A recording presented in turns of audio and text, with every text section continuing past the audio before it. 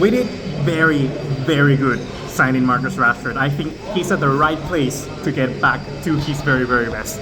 And can I just say as well, before starting off, Mbappe, watch out, because Ferran Torres is coming for your goal scoring record. He's coming for that Pichichi. I really do think this could be the year. Finally, we end up seeing what Ferran Torres said a long time ago. He said that he could compete in numbers against someone like Mbappe and Haaland. And I think that that could be very well the case. What's going on, guys? ¿Cómo están? Welcome back to another video here on the channel. Here today we are talking the win of Barcelona 3-0 against Getafe in a very good game. Of course, I'm not in my usual setup in public and in the restaurant, and I am just, well, I needed to leave where I was staying because I just had a family emergency and I needed to take care of some things. So I'm here, unfortunately, but I still want to get the video to you out. There's not going to be a thumbnail either way, so I hope you remember my beautiful face to talk about it. But anyhow, let's get right into it. So Hansi Flick went with pretty much what is one of our strongest 11, despite Lamine Yamal not being there. I think this is the most balanced setup for Barcelona for not having someone like Alejandro Valde. So let's start off right away with the changes. For instance, I think Ferran Torres coming back and not having Marcus Rashford is very, very harsh. Rashford had an incredible set of events in the game against Newcastle United. He scored 2 goals, we know golazos, and Ferran Torres, I think, even though his form in La Liga has been very well, I think that both of them needed a start. I think that Hansi Flick here kind of twisted his hand a little bit just because of sake of having Lewandowski in the squad. There really isn't much to having, let's say, Ferran or Rashford either way, but I would have played both of them. I would have played Rashford for the left, Ferran through the middle, and Rafinha through the right. Also, when Dani Olmo is in the side, I think that our team is much more fluid. And something that Fermin also gives you against big opposition, but against someone like Getafe that we all know they're going to be kind of sit back and defending, I think that someone like Dani Olmo is very much a useful player, a useful tool, right? So I think that that's where Dani Olmo excels, and I think that's the benefit of this Barcelona team. We have a variety of different players that we kind of can trust, a variety of different players with different skill sets that can help us unlock and win different games. And I think that we saw this with Getafe. I think that Ferran Torres was pretty much just incredible in this game. I really thought I would have kept him in for the hat-trick. He almost had the opportunity with that shot off the bar, which didn't came to fruition, but overall I think that Ferran Torres is on a very good run of form. I think that Ferran Torres, when we look at it individually, is capable now with, I think, the new training that he's had or the adaptability that he has to this team, and Flick also has to a very big part in that, right? Having Ferran Torres be capable of taking up different positions, because he always is playing maybe on the left as a striker, but he can be false 9, he can be an inside forward, he's always there in around the box. I think that makes you a very deadly proposition for anyone out there. So Ferran Torres, moving on through the middle, scored those 2 goals. The first one for the back heel from Dani Olmo, which was very, very impressive from Dani Olmo. We all know that Dani Olmo has that in his locker, and I think that someone like Ferran Torres for the second one pretty much shows his clinical ability. I wanted to kind of pose a question to you guys. Do you think that Ferran Torres, come Spain's World Cup, should be the number 9? Because I think with the form that he's showing right now, for me, he's Barcelona's number 9 right now. I think he's in front of Robert Lewandowski, to be honest. I think he just gives so much to this team. It makes Rafinha or any of the other attackers, in this case it was Rashford, for instance, it could be whenever he plays through the middle, he gives them, the wingers, that much more flexibility to the team, and I think that that is very, very good.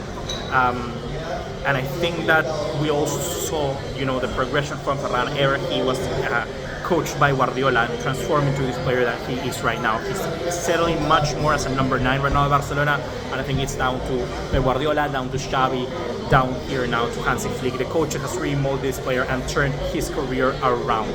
So we have them too. I think that those 2 players that I talked about right now, Rashford, Ferran Torres, did a good game. I think that obviously everyone's going to point that out. But we must continue talking about Pedri and Frenkie de Jong. I think in the midfield, they are brutal. They're really, really good. They make so much of the rhythm of the game, of the tempo, everything is commanded by them, that makes them such a dangerous pair.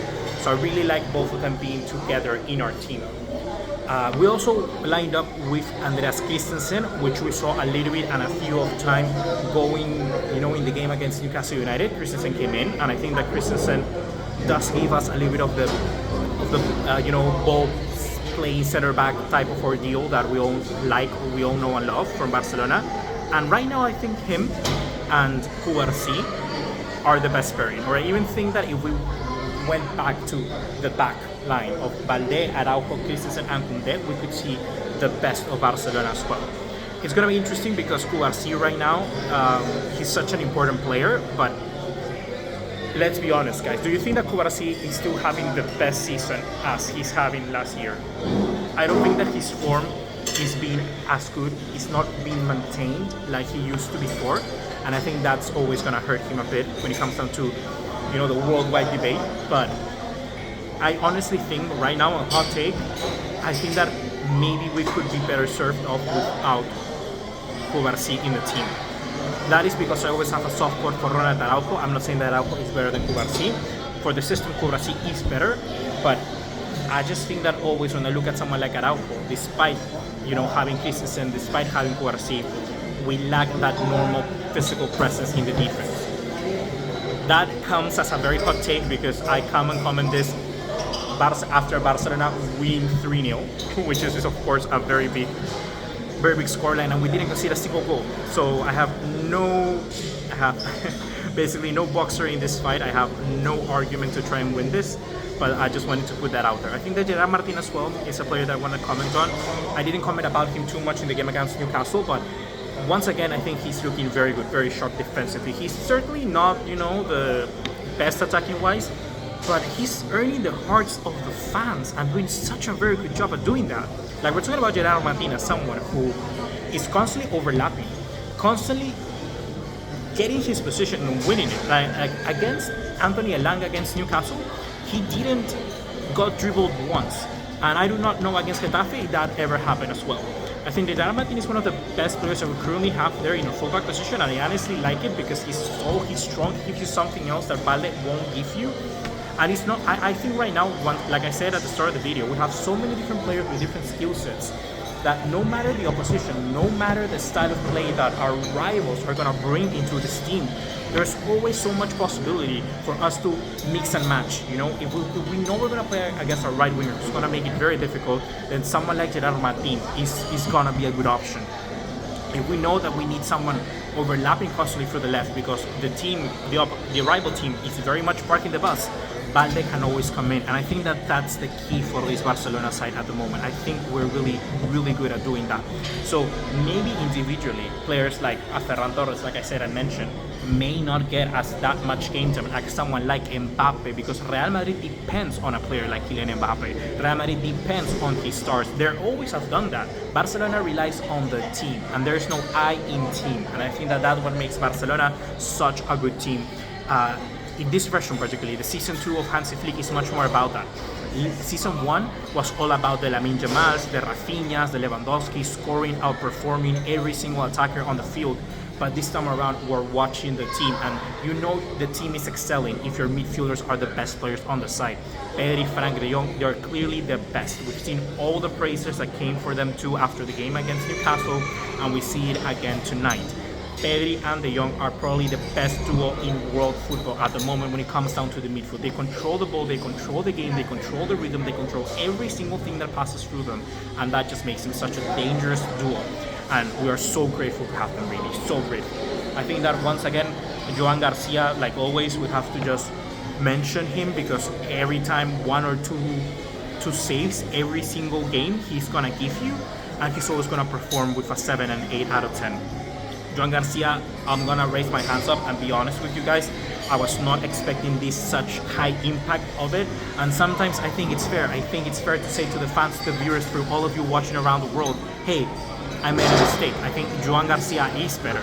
Joan Garcia is much more consistent and is making this Barcelona improve much quicker, and it's much more reliable than I think the current goalkeeper pairing that we had in Chesney and Ter Stegen, and I think I got carried away by the names. Ter Stegen has a history with it. I've said it before. I think Ter Stegen is a massive goalkeeper for a history of our club, but maybe Joan Garcia is simply as easy as he comes in, as quick as he comes, and as quick as Ter Stegen, falls off the board of the squad selection. Joan Garcia might take his place and just become that new legend for Barcelona. I think he could definitely be the best goalkeeper for Barcelona in a few years. If John Garcia leads us to the titles that we want, if he's as consistent as we're seeing, he pulls as that many match-winning saves, he's certainly going to be a legend of this club, and I have no doubt in saying that. So guys, I'm gonna leave it right there. I think that there's not much more to mention. I think it's good for Dani Olmo to get also into the scoreline. I think he's a player that has been left out a little bit from this team. Of course, he looked a little bit, I don't know, his place was up for debate, you know, because with Marcus Rashford coming in, Rafinha, then we say it's gonna be through the middle, we're gonna be seeing Fermin a lot more. It seems like Dani Olmo was surplus to requirements, but this time around, Dani Olmo is still proving to be a consistent player and still proving to be a much important figure to this restroom. Like I said, once again, the different tools that he brings are something that we do not have another player capable of doing that. I think that all players, in contrast to Dani Olmo, in comparison, with Dani Olmo, Gavi, Fermin, they're all very different. And that just makes this Barcelona team, once again, very, very difficult to beat because we are able to mix and match against the opposition. Let's see if Hansi Flick becomes a little bit more reliable and pragmatic as the season goes on to try and win out and grind out those results. I think we did very well in that game against, I always forget the games, dude. The game against the last La Liga game. We played against, I do not remember right now the last La Liga game we played, but I don't know, against Newcastle, what am I saying? Against Newcastle, he made those substitutions, bringing Gasalo in, for instance, to make it more difficult, more pragmatic, the game. And I think that's a good, once again, a very good substitution that we saw from Gasalo. And the pass for the Dani Olmo goal is just superb. For the Dani Olmo goal, I mean, the pre-assist to Marcus Rashford was really good. And Marcus Rashford getting the assist, I think, once again, made the right decision coming to Barcelona, and Barcelona made the right decision to pull him up to the best. So, yeah, guys, that's gonna be it for right now. I apologize once again for the setting of this video. Next video is gonna be back at my normal studio, and I'll see you in the next one. I know you guys have been feeling it with the shorts. You like it. I hope that you recognize the video, and I'll see you in the next one. Take care. Ciao, ciao.